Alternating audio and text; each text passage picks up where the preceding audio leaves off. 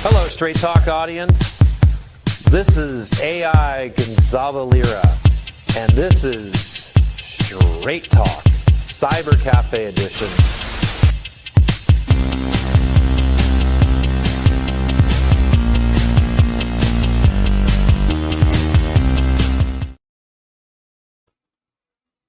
Hello, what's up, guys? Welcome to Liberty Report with Professor Red Pill and Adam Maxwell. What is today's date, man, Adam? It's 16th of July, 2025. Awesome. So today we're going to be talking about government corruption, which is now in the spear of the new thing, especially with the Epstein list. And Adam's got some personal stuff that he was dealing with on an international governance situation, UK and so on and so forth. But more or less, like I said, like this is the new norm. Is although they talk about change and progress and the new guy and the new thing and mega movements and if you can and what's the other phrase? Build back better and all this wonderful jazz. And at the end of the day, it doesn't matter who you choose. Either way, government's going to steal from you, and they're going to oppress you and put you down. That's the whole point of the Liberty Report, is to give you the news, the information, and the philosophy, and all of the leadership and good jazz and stuff, so that you can help understand the situation, prepare, and tackle these things as they come. So if you would like to, Mr. Mad Maxwell, Adam, go ahead and take her away for the Liberty Group. Thank you. Well, you say, let's talk about government corruption. I say, let's talk about government. One and the same. There's no functional difference. It's an illusion of democratic order. We are told that we live under a system of justice, of democracy, and of progress, and that the institutions that are governing us are accountable, are rational, and are built for the public good. Yes, for your interest. We are fed this myth, this lie, that those in charge have earned their place because they are brilliant, disciplined, elite. Right? Lol, Lamau even. When we what I was thinking this podcast is going to be, we're going to cover, hopefully, Epstein, my situation, which is quite funny. Maxwell, the Ghislaine Maxwell, Adam Maxwell, no relation. It's not even my family name. Anyway, we're going to talk about government and the structure of it, and it's going to be kind of a primer into elite theory. So when we use this term elite theory, we're not speaking of excellence, but of position within the structure of rule. In case some people aren't aware, there is a ruling class. There are rulers and the ruled. This is not an ideological position, it's power realism. So in common speech, elite means the best. It's better than good, it's better than great, it's elite. But elite theory, it means only one thing: belonging to the class that rules. One does not require talent or intelligence to be elite. One only needs alignment with power. So elite theory is a description of how hierarchy is structured, and it's a value-free analysis. It doesn't say whether that hierarchy is virtuous, just how it actually works. And just final point before if you open the floor slightly, to clarify, we are not against hierarchy. Hierarchy is natural. We are against unnatural hierarchy, coercive hierarchy, a coercive economy. That is government. Yeah, more or less. It's theft of taxes. And I mean, the thing is like, from a very classic liberal or a libertarian standpoint, left or right in a sense, for the most part, you believe in limited government. As a libertarian, you believe in freedom of right, personal freedoms, rights, freedom of speech. And we're just seeing this get trampled upon in the UK and the United States. I mean, although, like, with the whole immigration, mass immigration or whatever, there is a legal way and there is an illegal way. But the reality is because the government, there's so much bureaucracy in the American government, and it's so hard to obtain, work permits and freedom of movement. It makes it rather difficult for individuals to actually come to the United States, and they choose to come in illegally. But the problem is, we believe in the rule of law, and when you're sanctioning people that are committing identity theft, which is it's a felony. It's identity theft because they're obtaining false identifications, false records, false social security numbers. If you were a citizen of the United States and you did this sort of thing, you would go to federal prison for a long time, and fines. But recently, I guess Trump is talking about he's going to give amnesty to these individuals, because the reality is the federal government is broke. Because it's bloated, the economy is bloated. They're fighting forever wars, which are against the libertarian, philosophy. And these wars cost money. Socialism costs money. Free gimme-dats, COVID relief, bailouts, government, obviously state and corporate powers being one through the 14th Amendment, which allows, basically state-sponsored terror and corporations, domestically and foreign. This costs a lot of money. It costs a lot of money to enforce laws. And every time legislator meets Congress or state legislator, every time they pass a bill, just think of that as a paycheck, a blank paycheck that the government is writing to pass that bill, because the Congress is the purse. It's in the Constitution. And this is the reason why Trump has to give amnesty, because they can't afford to do mass deportations. It was a lie. Just like, oh, we have an Epstein list. Oh, there it is. It's gone. It never existed. It's a lie.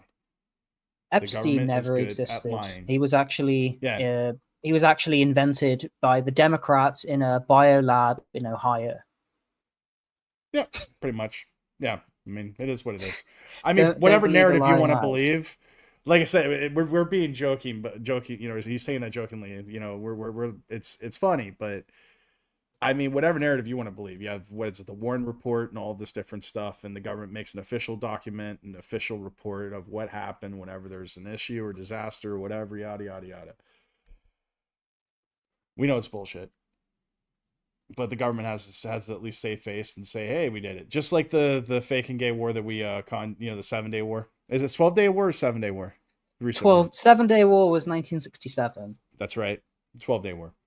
The Broken Sparrow or Broken Arrow. Broken Spear is what I call it. The Broken Spear, that's what we call it. It was fake and gay. I mean, it's like, we're just going to shoot some bottle rockets and magic shows and firework display, and okay, rah, we did it. They gave forewarning on both sides. No one was injured or killed.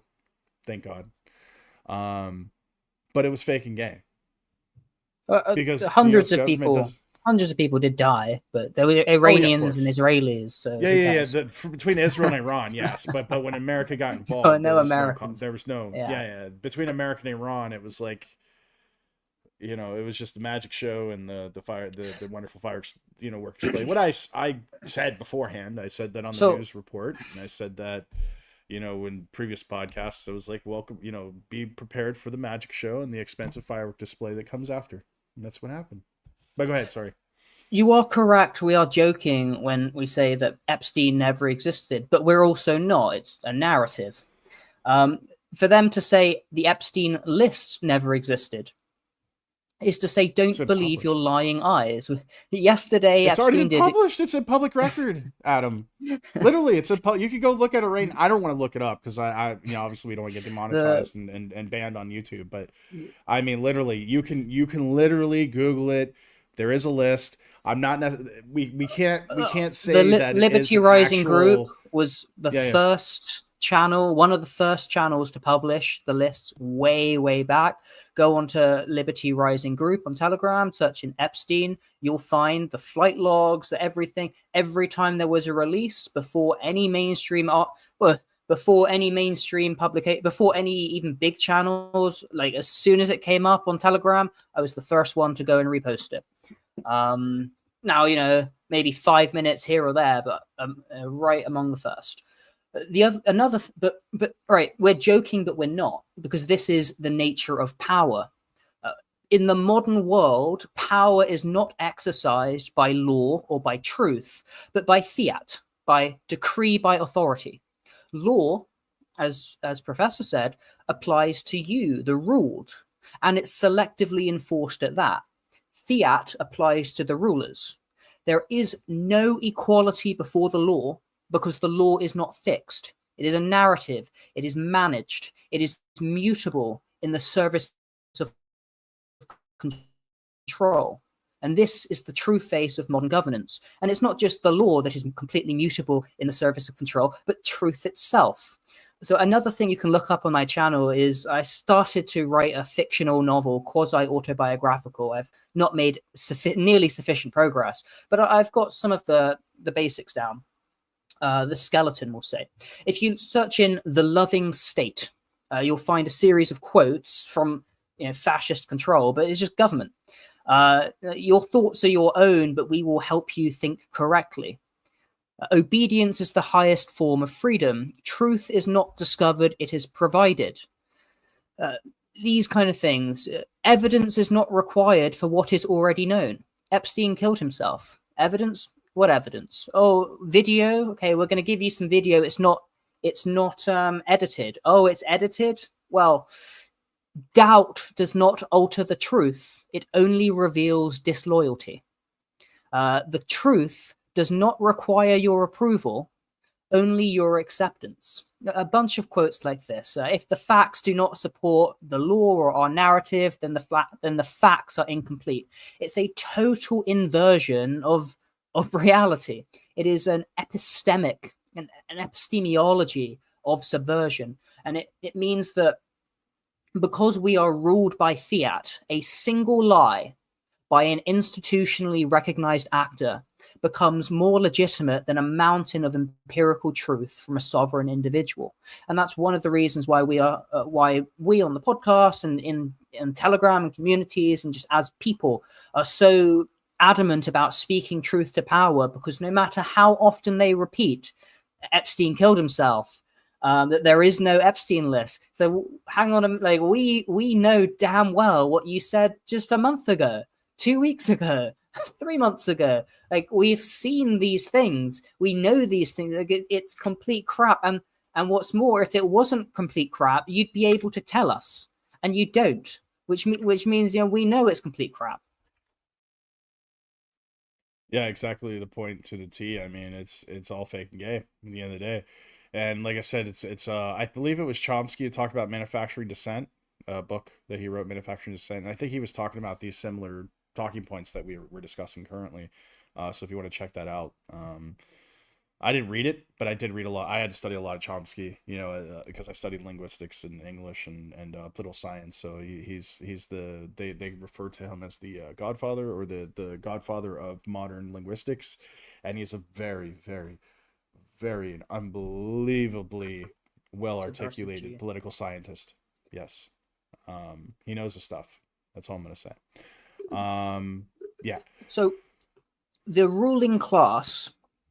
It's the ruling class, the elite, I'm using these terms interchangeably, they can generally be split or divided into two castes. You have the governing elite and the non-governing elite. So the heads of states, the bureaucrats, the central bankers, those who actually have the power, the will to change things, these are the governing elite.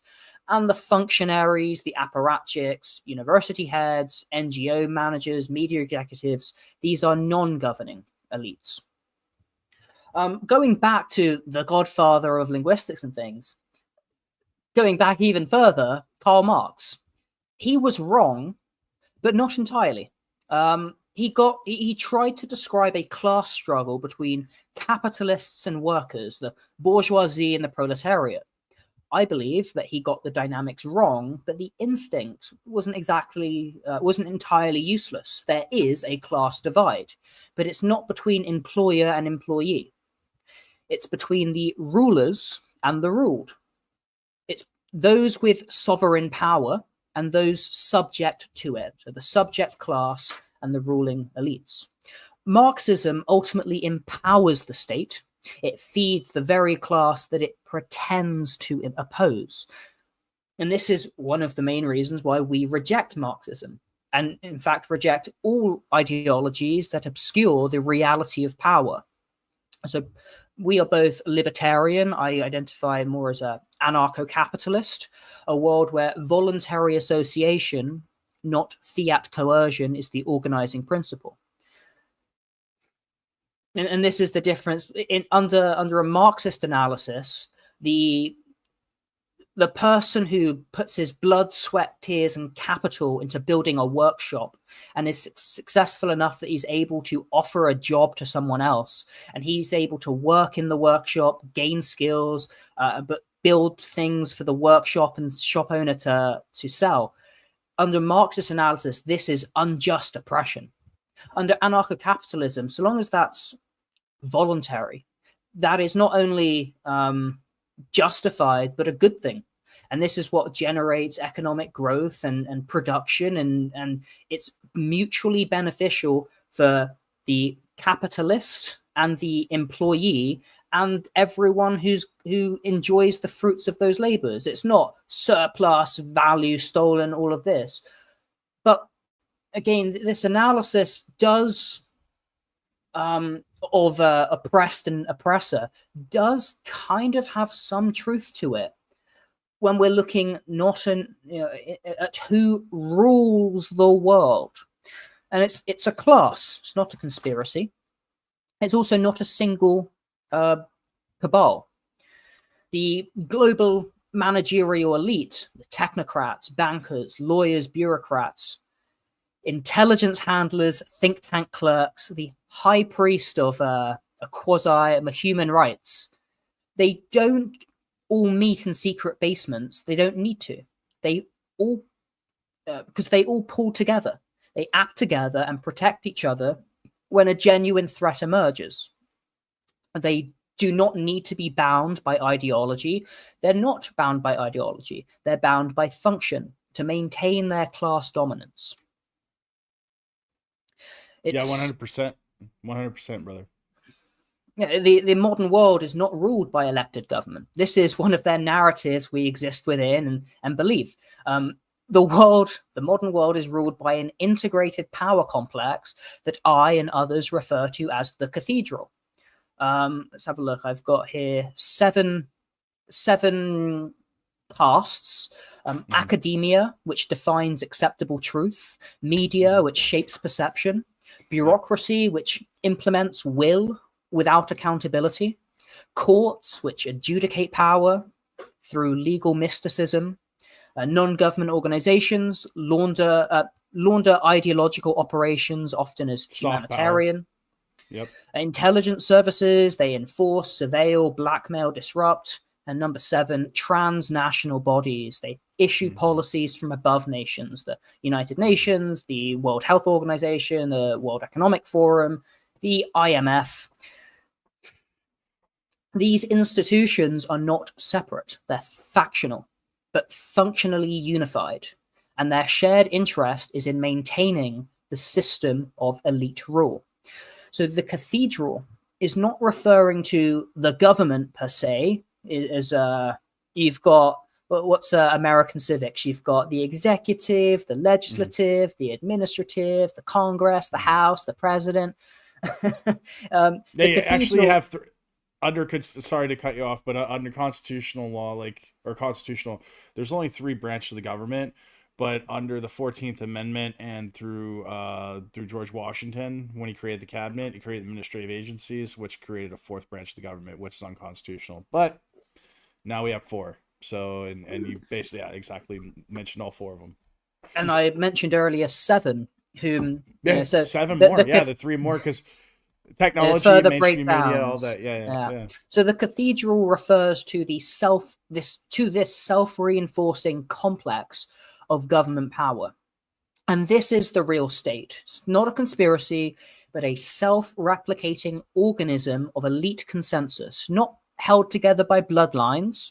Well, not necessarily. We can get into that another time, but by a shared epistemology. Mhm. It rewards conformity, it punishes deviation, and it cloaks power in procedural neutrality. No, 100%. I mean, this is modern governance. I mean, we started seeing this through the end of the Industrial Revolution, but more or less we saw it during World War II. Pre-World War, actually post World War One is when we started World seeing War the industrialization, II. and that World was War the II was that was the climax of it. Yeah, huge. it was the climax. Like that's what Because literally that's what built up Germany. Germany was built up by the 7 pillars that you've listed. That's how the Austrian painter came to power. Literally, so it's through yeah. before, like, there was a post-war power synthesis. These competing belief systems were hollowed out and replaced with performative contradictions like diversity, equity, inclusion, surveillance, radicalism, centralization. These performative contradictions to neutralize resistance and fracture cohesion. As a result, populations are disoriented, identities are manufactured, and perception is outsourced to technocratic systems. This ideological incoherence by design creates subversion through synthetic belief. No dominant ideology governs the system. Instead, synthetic subversion or engineered confusion governs populations through ambiguity, distraction, and incoherence. It's kind of a Huxley version. But the important thing is that ideology becomes irrelevant and function replaces belief. In the post-war synthesis, there was a functional convergence of these power nodes. Institutions like Zionism, post-Nazi deep state remnants, and the Vatican have all morphed into interoperable subsystems of a shared and post-war supranational regime. Zionism is a hard power node, intel, paramilitary, geopolitical leverage. Ex-Nazis, and if you look at like the space program, it wasn't really America versus Russia. It was American German Nazis versus Russian German Nazis.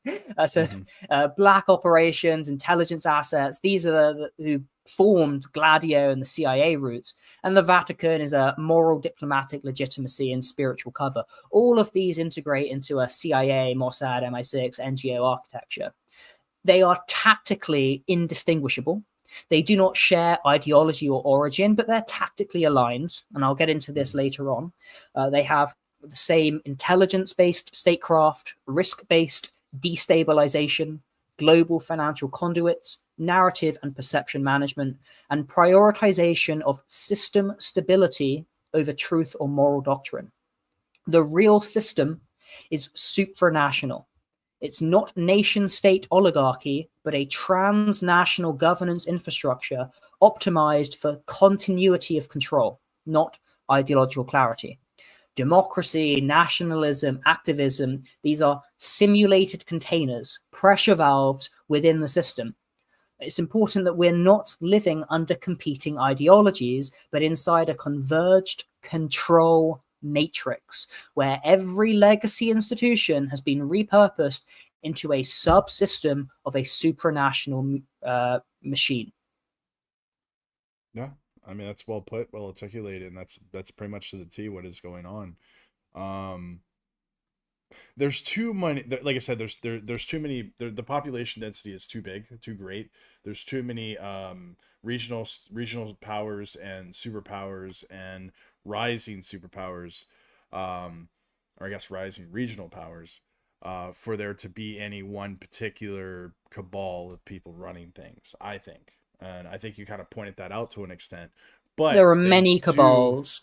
Right, there are many cabals, and at the end of the day, they do rely on each other in some capacity or some form through fiat, through trade, through some fashion. And they like I said, they have Trump has direct line to Moscow. DC has direct line to Moscow. They had direct line to Tehran. They can communicate directly to these leaders across the globe, all over, any 24 hours a day. So I mean, it's not as if like, I mean, when those lines are cut though, however, they do occasionally get cut. When they do cut, that's disaster. I mean, that's very big deal. because that means that these countries are no longer talking to each other, and they're going to kill each other. And sometimes they talk through diplomatic channels as well, indirectly, and they were doing that with Tehran and through Qatar and Israel. Not in their interest to kill each other, right? Correct. What defines it's it's about money and class interest. And there are winners and losers. But again, what defines the class, the elite, is they always pull together. It's not a monolith, but a convergent class entity. Yeah. So, one thing that we talk about is that we're less bothered about the people and more concerned about the structure. They seek to they seek to maintain the hierarchy and its structure. Yeah, because at the end of the day, what was the House of Cards he talked about earlier in the series? He said that there are people that are seeking money, and he said there are people that are seeking power, and people that are seeking money are easily corruptible and easily controllable, but those that are seeking power are immovable and they cannot be controlled. And so that's go ahead. There's many ways to express a hierarchy of power. I'm going to go with one that I have less elaboration on, and then we can go to my second model, which is a bit more tangible. So at level 6, you've got this illusion of choice: elected governments, political parties, mainstream academia and media. It's an interface, a job. Their job is to sell the simulation, not to govern it. Level 5, institutional puppetry, right? UN, NATO, WEF, NGOs, think tanks, regulatory bodies. These are legitimacy machines, translating fiat into policy under the appearance of consensus or public interest. Above them, you've got financial cartels and global institutions, the Rothschilds, the Warburg, Schiff, IMF, Bank of International Settlements, World Banks. These are instrumental in constructing the global debt matrix. They don't own everything, but they control liquidity and flow, which often matters more than nominal ownership. Above them, you have the aristocratic oligarchy. You've got the black nobility, like the Orsini, the Breakspear, Colonna, Aldo Brandini. You've never heard of these.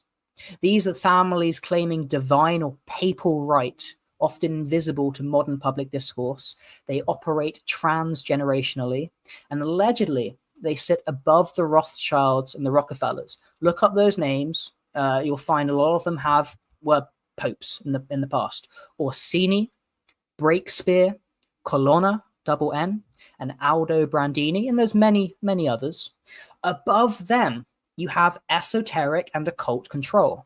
You've got Jesuits, Vatican elite, secret societies like the Rosicrucians, Freemasons, Skull and Bone societies. These are the guardians of ideological, spiritual, and symbolic frameworks of control. Not all members are high-ranking, most are covert. The power lies in ritual, secrecy, and the transmission of mythic authority. And above them, at the top, level 1, is the metaphysical allegiance. This is Baphomet. This is the Nephilim, the negative entities, Satan's children. It's a non-human or non-material principalities. You can take this symbolically or literally to describe the ancient continuity of power or inhuman coldness, however you wish to. Yeah, and it's very dark and it's inhumane. I mean, that's the reality, is that they become detached with reality, detached with society. I mean, think about it. If you are the type of individual that does not have remorse or any type of what's the word? Philanthropy. Humanity. Humanity, but philanthropy, understanding. And I'm not necessarily saying like welfare, socialism, or anything like that, but even in libertarianism, they believe in philanthropy. I mean, like the church giving back to the community. People donating money because you give it free in will instead of taxation. You're giving your money, your earned money and your wealth, free will to charity. It is what it is. I don't know what your belief is on that, Adam, because I know it's quite interesting. I was reading something the other day that said 150 years ago, the ruling families of America, these big oligarchs, they actually had much more philanthropic altruism to the nation, because they recognized the nation as a stake of ownership. And again, they rule transgenerationally. So they said, this is my country. I own 10% of the GDP. I own all the rail. So I'm going to want the best for my country, for my children and grandchildren, and it's my fucking country. Whereas with the growth of the Leviathan state to just complete insanity levels, they've actually crowded out the influence of these families, and the state is even more uncaring and even more evil than the Rothschilds, the Rockefellers, any of these. Like, the state is really the great enemy here. We're talking about, what would you rather, Rockefeller Foundation, who are bad, or BlackRock and Vanguard and Palantir, who are worse? Yeah. I mean, even the like Gates Foundation, like we do see like some dark stuff in there, but they do give a lot of charitable donations to certain types of organizations and education and research. But it's typically not so like, I haven't done deep dives into it, but my understanding is it's philanthropy. We're going to give away our money, which really means spend it in order to subvert the world and society to the image of Gates, who absolutely is on the Epstein list. Absolutely. That's 100%. Why his wife divorced him. Yeah. 100%. So I mean, it's a public list. You can see it. You can go Google it. We're not going to put it here. Go to the Liberty Rising group. It's on there. Everything's on there. You can go look at it. Continue, brother. It is to say that they want to give away their wealth, to spend it to increase their power, to position, especially the Gates Foundation, which goes to the children and whatnot, to position their power, to maximize that for future. That's why Gates owns, or Gates Foundation or whatever, he owns so much American farmland. Many businesses, many companies. Like, it's not for the good of people. It's for the good of Gates. Control. Control. I mean, that you bring that up, because like Georgia, like where I'm at right now, it's a very libertarian government. Like they allowed any foreigner to come in and buy land and everything, and apparently they had to put like a stop to foreigners coming in and buying farmland. And the reason why is because these foreigners that were coming in and buying it were from like India, from China, and they were like, what they were worried about is that they were going to exploit it. You know what I mean? Yeah, exactly. So they had to put a cap, and they were like, yeah, no, this isn't going to work, because like, you know, this land needs to stay within Georgians so that we can make sure that they have viability. Because a vast majority of Georgians, they have farms that they produce to offset their cost of living. So it's subsistence farms. They'll grow in their garden cucumbers and garlic and herbs, and maybe they've got a walnut tree, and they'll harvest those and either store them in their basement or give them to their friends. And you know, there's that a lot of it's trade. philanthropy. A lot of it, because we're a libertarian state, so we don't have welfare. So a lot of people will give, I've got a walnut tree. I'll give you some walnuts. You know, your oranges have grown. I don't know if they grow oranges there, but you know, excellent. Give me some of those. So that's the. This is community, because you don't have the totalitarian state, which is there and imposing on everything, and it hasn't crowded out community, informal bonds and relationships. The other thing about these bonds, informal relationships, etc., they don't show up in the GDP.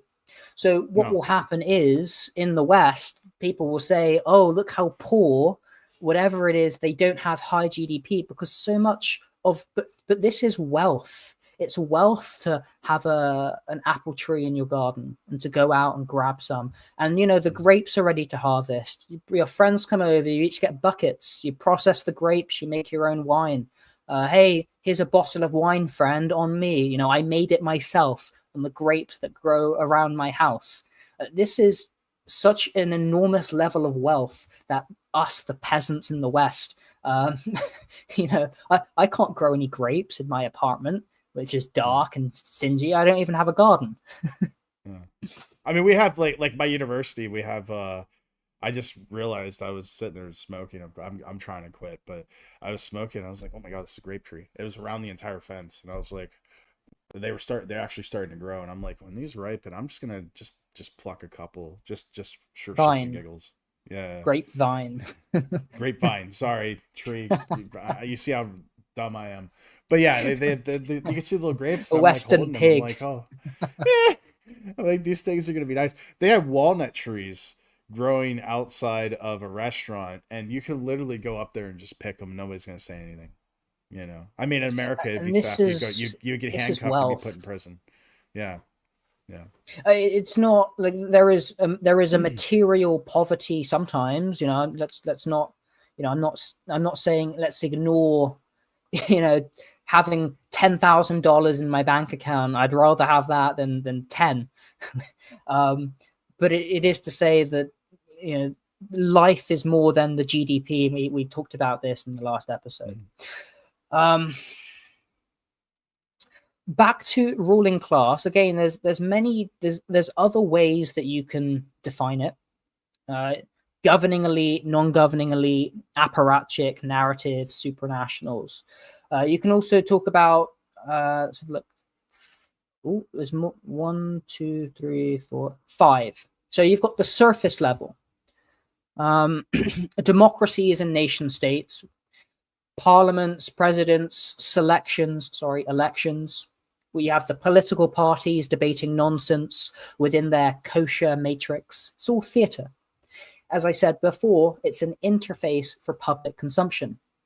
Then you've got the mid-layer, the bureaucracy, intelligence, courts, the media. These are the people who do not change after elections. Some call this the permanent state, the deep state, the state. This is the true executive function of modern power. And their job is to enforce class interests, again, the ruling class, while pretending to administer public mandates. So the police to protect and serve the ruling class. Yeah. Above them, you've got the supranational layer, UN, WHO, IMF, EU, WEF, NGOs. These are not accountable to any electorate, whatever that means. They coordinate this transnational consensus. These are the instruments of global fiat. They issue laws without legislating it. Then you've got the shadow interface, technology, finance, intelligence cartels, BlackRock, Palantir, InQtel, Vanguard, central banks. These are, as I said before, the real governors of liquidity. But now we've got data, surveillance, and enforcement. And finally, an ideological enforcement arm. Media, social platforms, universities. Their job is not to inform, but to enforce narrative consensus reality. Right? So you are trapped within this constructed matrix. You don't go and dissent. And if you do, then you get flagged. And when you get flagged, for what? For threatening this unity of purpose of the ruling class. So there are, again, many factions: Zionists, neoliberals, neoconservatives, globalists, technocrats. You know, write in comments, write in our chats more, and they differ in method and priorities. Neoliberals, their current priority is Ukraine. Neoconservatives, their current priority is more Zionism.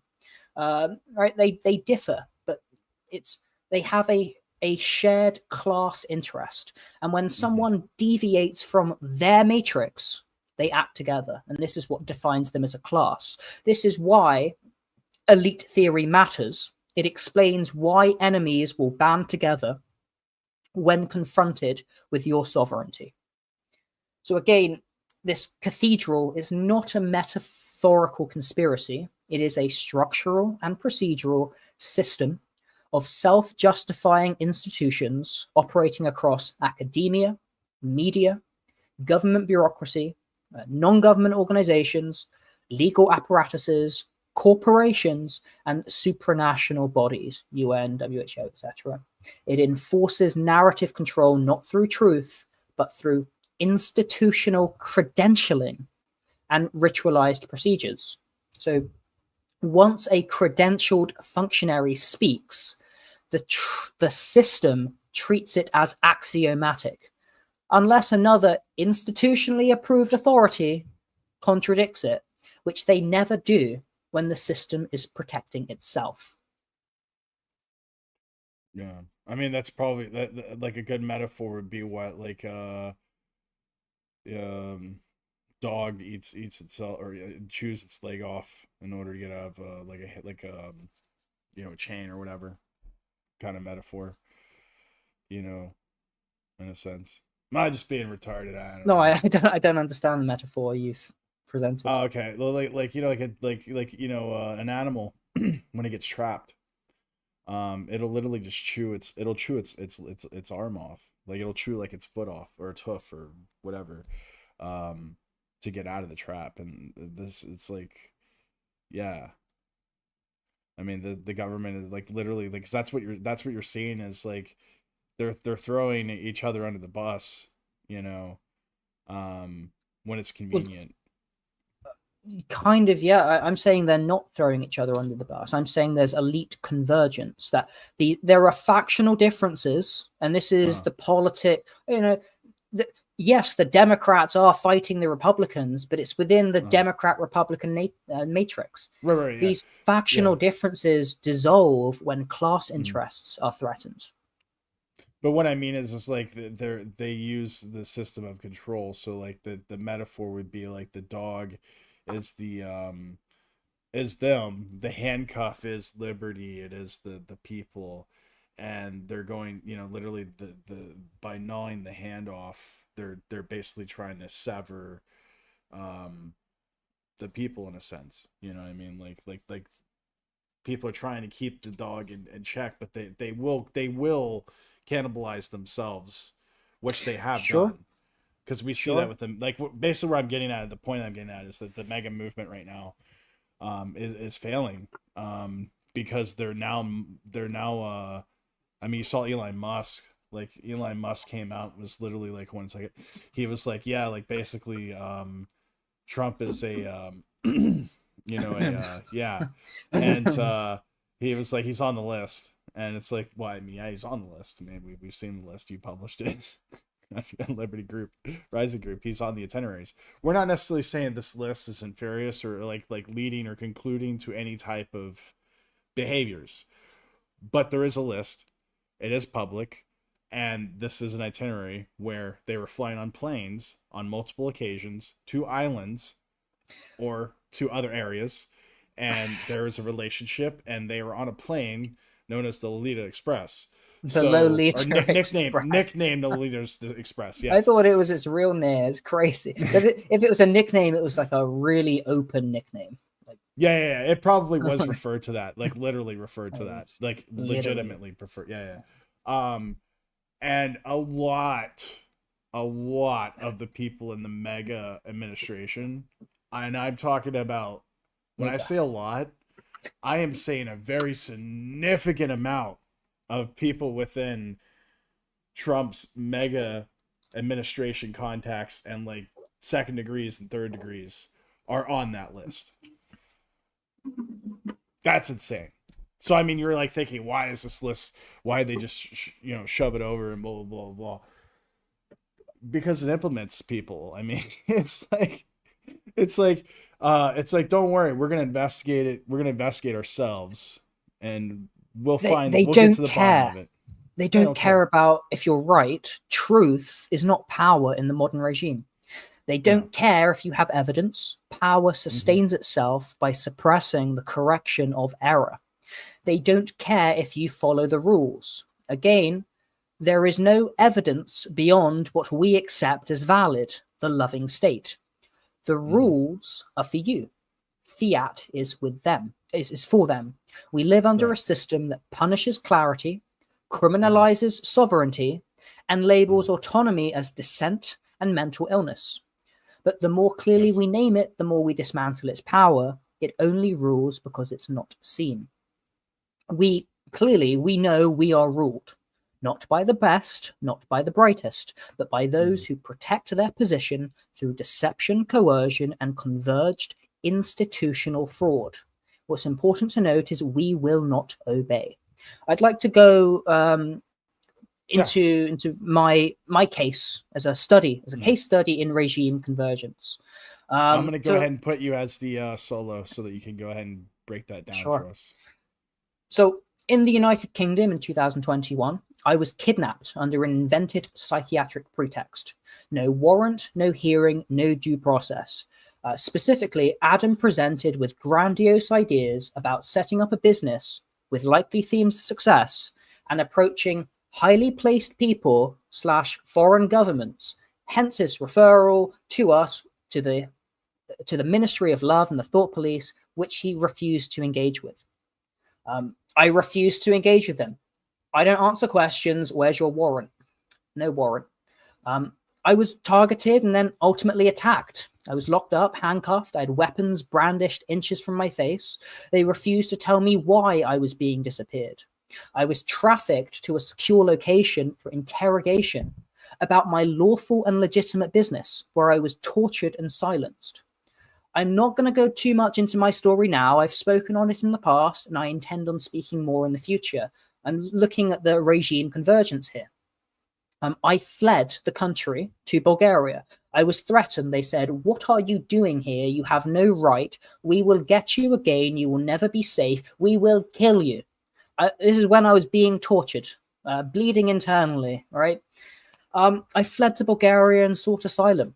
Open and shut case, right? I've got in black and white the British government admitting, saying, we know we're violating his rights, but we're going to do it anyway because we need to attack his business.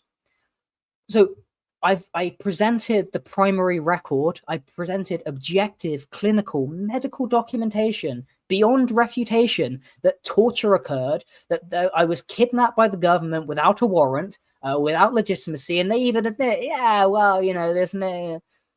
But they say it doesn't matter because one apparatchik, one of them said, hey,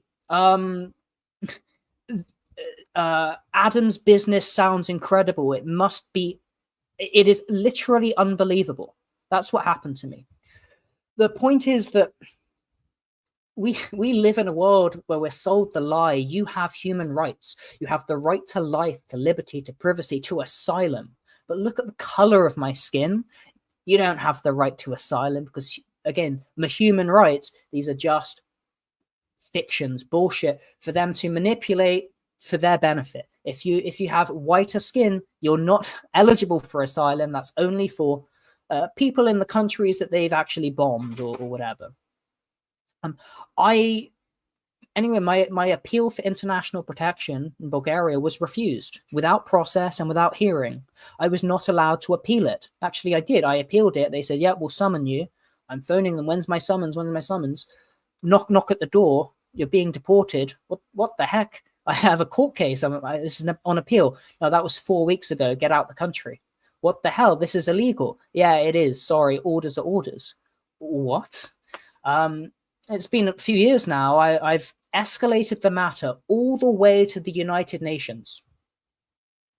You want to know what's absurd? I am at the center of an international conspiracy all the way to the United Nations because one UK state apparatchik terrorist made a lie.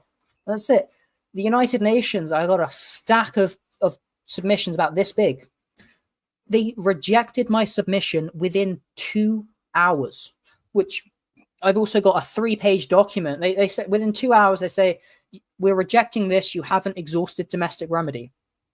I say the first document I submitted to you in exhaustion of domestic remedy is from my lawyer saying, this is what's happened. He's exhausted domestic remedy. In addition, I also submitted all of the paperwork proving I exhausted domestic remedy. The point is, all the way up to the United Nations, they knew about, they didn't read it. They complained about this and ensured they knew the gravity of the case, that here's a 3-page document. Instead of after 2 days, it's now after 1 week, they rejected my submission. This time, they didn't even provide a single justification. They just said, we're not doing this for you. You cannot appeal. What the heck? So, across all jurisdictions, from the regional government in the UK to the national government in the UK, all the way up to the parliament, to multiple MPs, to all sorts, across Bulgaria, across all the way to the United Nations. I've encountered the same pattern: procedural shutdown, narrative enforcement, and institutional alignment. Not because I broke the law. There's not been a single credible, substantiated, or otherwise allegation that I've broken the law, only that I've broken some illusion. So this is what I'm talking about: elite convergence. The UK authorities, I have the documentation. They say, yeah, you know, this general practitioner lied. They knew their own functionaries fabricated falsehoods. They say, we don't have any evidence. We don't have any statutory justification whatsoever to do anything. But, you know, this person who we know is lying about this, we're going to use that to convince a magistrate to act against Adam without nothing. And that's why I was disappeared, kidnapped, and tortured. Bulgaria shut down my claim without process to avoid political confrontation, and the United Nations have rejected me without review because acknowledging me would implicate the system, which includes them. The important thing here is they are not aligned because of a secret meeting. I am the center of an international, supranational conspiracy, not because they're smoking cigars in the back room, but because of this immune system response, a class preservation reflex.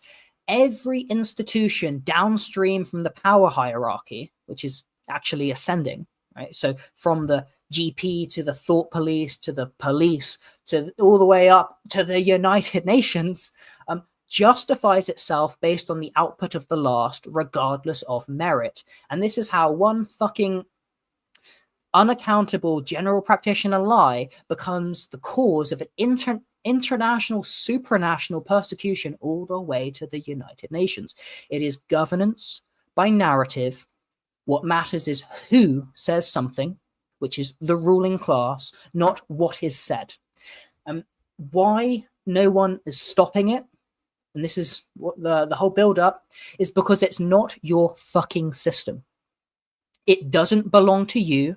It will never belong to you. It is their fucking system, and they absolutely hate you. Every actor in their system is incentivized to uphold the institutional hierarchy, is terrified of breaking protocol. They're punished for confronting elite lies, and they are shielded from liability by bureaucracy. This is why they won't punish this GP, not because they believe her. They even acknowledge she's a proven, bold-faced fucking liar, but because punishing even her threatens this architecture of institutional legitimacy. They haven't even punished a social worker because, again, they don't care if you're right. We don't live in an age of law and reason, if we ever existed in that in the first place. We live under the Fiat regime: truth by decree, legitimacy by branding, and guilt by deviation. So I'm going to leave it with a slightly more constructive note. There is no use in begging the system to protect you from itself. Instead, we must build parallel structures. This is agora. We must empower sovereign networks. We must expose the rituals of legitimacy that hide domination. Abandon this illusion, misconception of reform, and never, never mistake obedience for safety.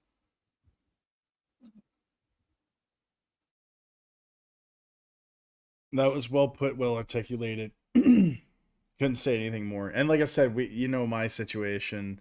I still need to follow up with it. You know how I went through somewhat of a similar situation. And I was actually called. I called, and they screwed me over, and it is what it is. So it is what it is. They're not your friends. the government is not there to help you. The government is there to oppress you. That's it in a nutshell. So don't give them ammunition. Don't help them. Of course, obey the Don't law within the don't yeah. legitimize them. Don't obey the law. Correct. Obey natural law. Obey Yeah. morality. Correct. Correct. Don't go and punch a cop because it's just No. foolish. No. It's not immoral, Pay your taxes. but it's foolish. Yeah. Avoid pay your taxes if you taxes can. yeah. Don't Yeah, evade. but That's avoid illegal. it. But avoid it. Try to Avoid find it. ways to avoid taxes, and avoiding taxes in the sense of leaving the country and going to a country that doesn't tax you to death, doesn't steal all your money. Which is like Republic of Georgia, for instance, or the country of Georgia.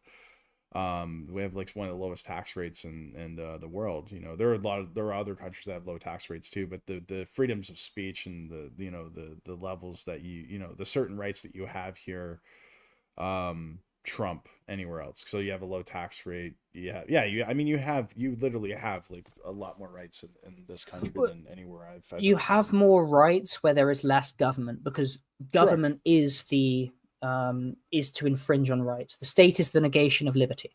So the stronger, the more powerful the state, the less liberty you have. And ain't no such thing as rights. Not really. There's just disagreement, and we disagree. Mhm. Right. Yeah. So that it is one thing to note that the United States of America, you have constitutional rights that are kind of protected by the Constitution. Doesn't mean the government's not going to violate them, but it does mean actually you kind of maybe have some ability to challenge that and recourse. Whereas where I'm from, for example, you cannot. Yeah.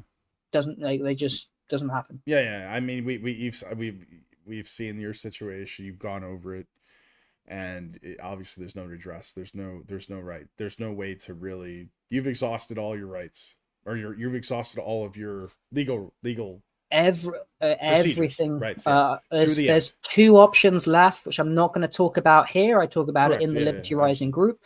I got two options left. I'm pursuing both of them, but I'm really at the complete end of international remedy.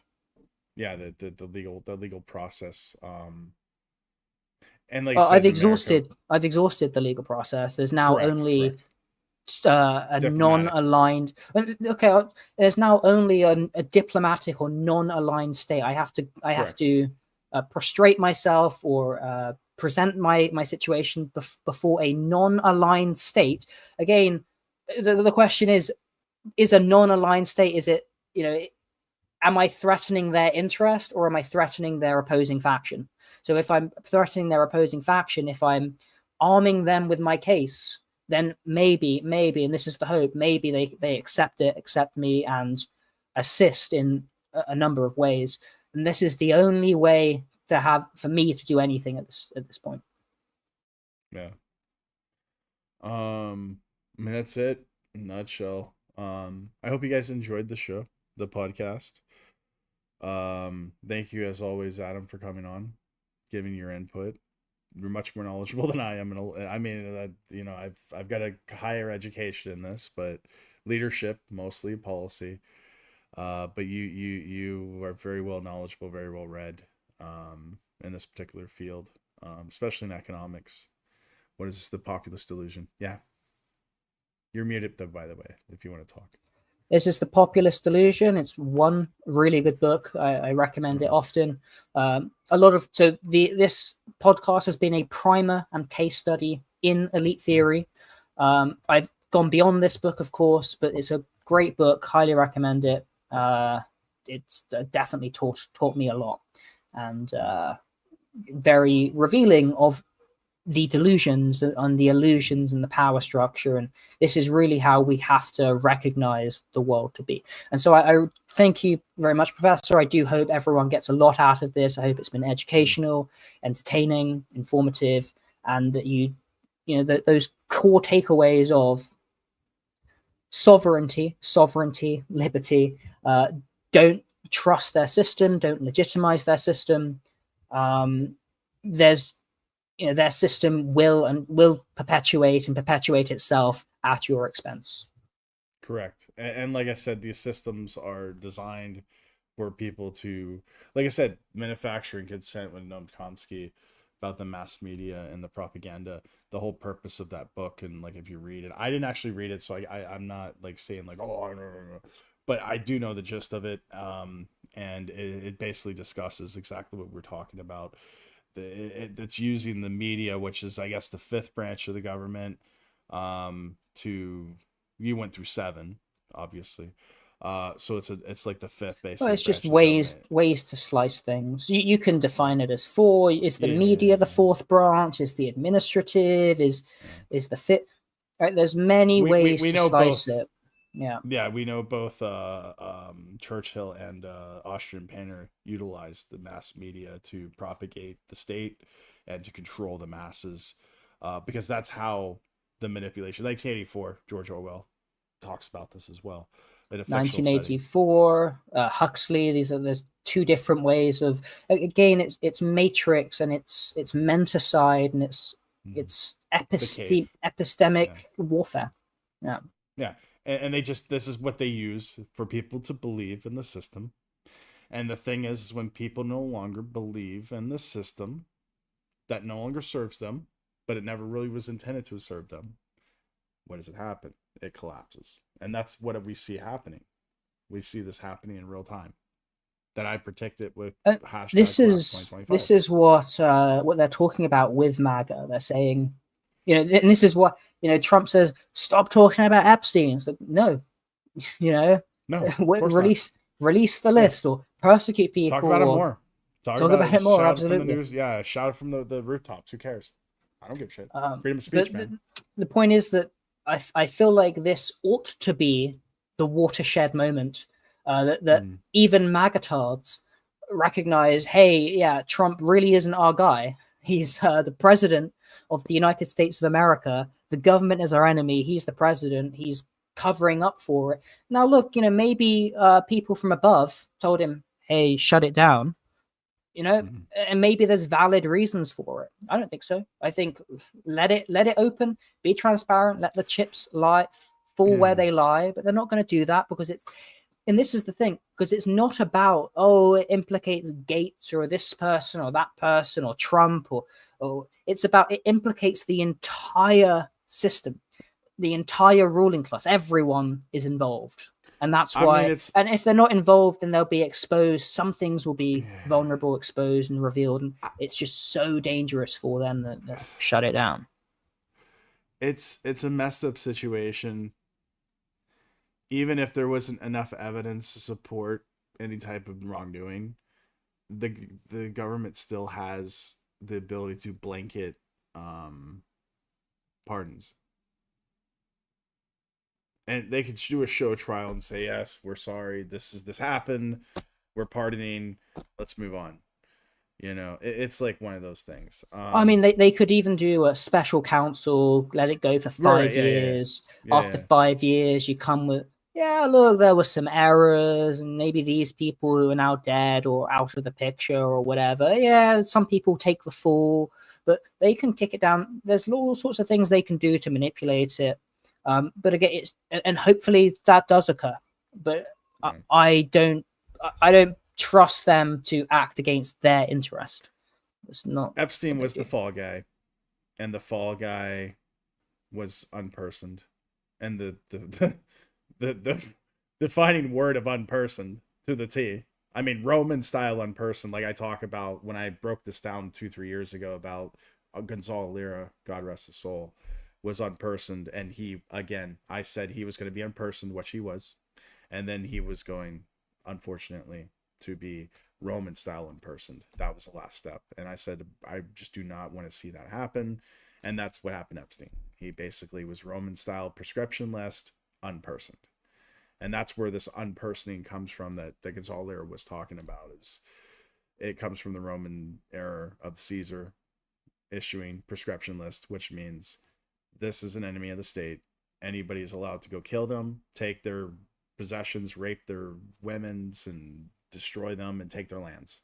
That's what it was. And that's where we're in. We're at that point now in a Roman style collapse where Caesar's like, unperson them, be gone. In the Soviet Union, send them to the Gulag. Or if the Austrian Painter, send them to the work camp. We're at that level of fascism in the West. And I'm going to close it with that. Thank you guys for joining us. Links in description for Liberty Rising group, for the Gonzalez Legacy group. Follow on Telegram, Liberty Locals, Rising group, YouTube. Yeah, all that jazz. And locals definitely. Rumble 3 gets you $3 off first month's membership. It's $1 for the first month. You can check it out. There's a lot of content. There's an unbelievable amount of content that is for members only, including an excerpt from my book, and you will get the full book like when it's done. I've wrote many chapters already. I think I'm gonna do 12, maybe 13. I'm not sure. And it would be a good book. I just need time. I'm working on a lot of stuff right now, guys. Especially we're doing a weekly podcast, so we gotta do a lot of research for this as well. It will get done. I will have it done for members. And of course, like there's gonna be merch and stuff like that. I'm gonna try to throw out some people too. Coffee mugs, shirts, things like that. People that can receive it, you know what I mean? If they don't want to, you know, I'll ask them like, do you want a mug or a shirt? Send one. Oh, yeah. Like, subscribe. Definitely like and subscribe. Make comments, and if you have anything you want to say, you can comment in the comment section. That does help algorithm. Trying to reach 500. Max Adam's trying to reach 500 on his YouTube. I think I'm at 50 right now on YouTube as of today. 500 allows me to monetize.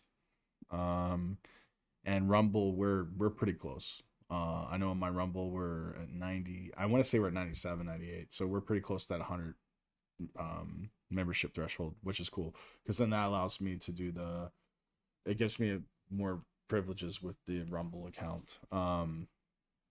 And of course we got people on subscribers on what is the other one, what is it called,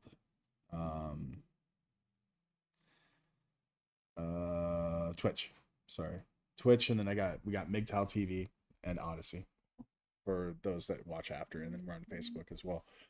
Thanks guys, take care, say good. Well, look at the kitty cat. He's waving. Kitty's waving to us. Bye kitty.